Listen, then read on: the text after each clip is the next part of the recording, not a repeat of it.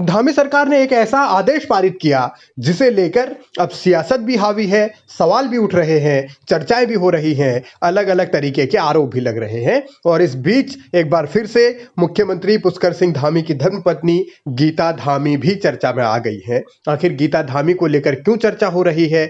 ऐसा क्या हुआ मुख्यमंत्री धामी के आदेश के बाद कि गीता धामी को लेकर सवाल उठने लगे, सवाल पूछे जाने लगे, आरोप लगने लगे और उन आरोपों के सहारे एक अलग तरीके की राजनीति भी होने लगी। गीता धामी को लेकर आखिर क्यों उत्तराखंड में एक बार फिर सवालों की बौछार हो रही है। 9 साल से दिल्ली में मोदी जी पूरे देश भर में जा करके जिस तरह से योजनाओं का शिलान्यास और उद्घाटन कर रहे थे और देश के किसी कैबिनेट मिनिस्टर को अपने नजदीक नहीं फटकने दे रहे थे, ऐसा ही आदेश धामी जी ने जारी करके इस राज्य के मंत्रियों पर जो गाज गिराई है वो देखने और समझने लायक है। बेचारे मंत्री अब क्या करेंगे?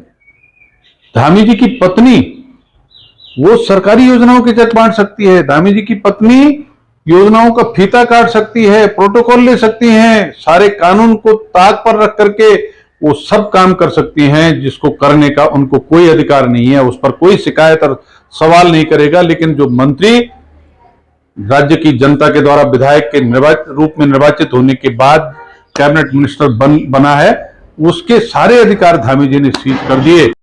सवाल सरकारी तंत्र का है, सवाल संवैधानिक परंपराओं का है, सवाल सिस्टम का है, सवाल सरकार का है, सवाल एक राज्य के भीतर लोकतंत्र का है और सवाल व्यक्तिवादी राजनीति का है। सवाल बहुत सारे हैं और इन सवालों के सहारे अगर जवाब तलाशने जाएं तो फिर सिर्फ आरोप मिलते हैं। उत्तराखंड सरकार अब वन मैन आर्मी हो चुकी है।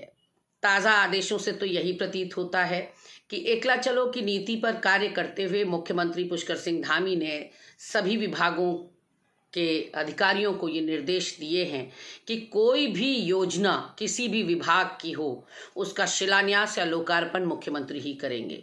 हो सकता है पिछले दिनों प्रधानमंत्री से जो आधे अधूरे कार्यों का लोकार्पण कराया गया ये उसकी किरकिरी के चलते हो, या फिर हो सकता है कि मुख्यमंत्री सारे मंत्रियों को संदेश देना चाहते हों कि अहम ब्रह्मास्मि।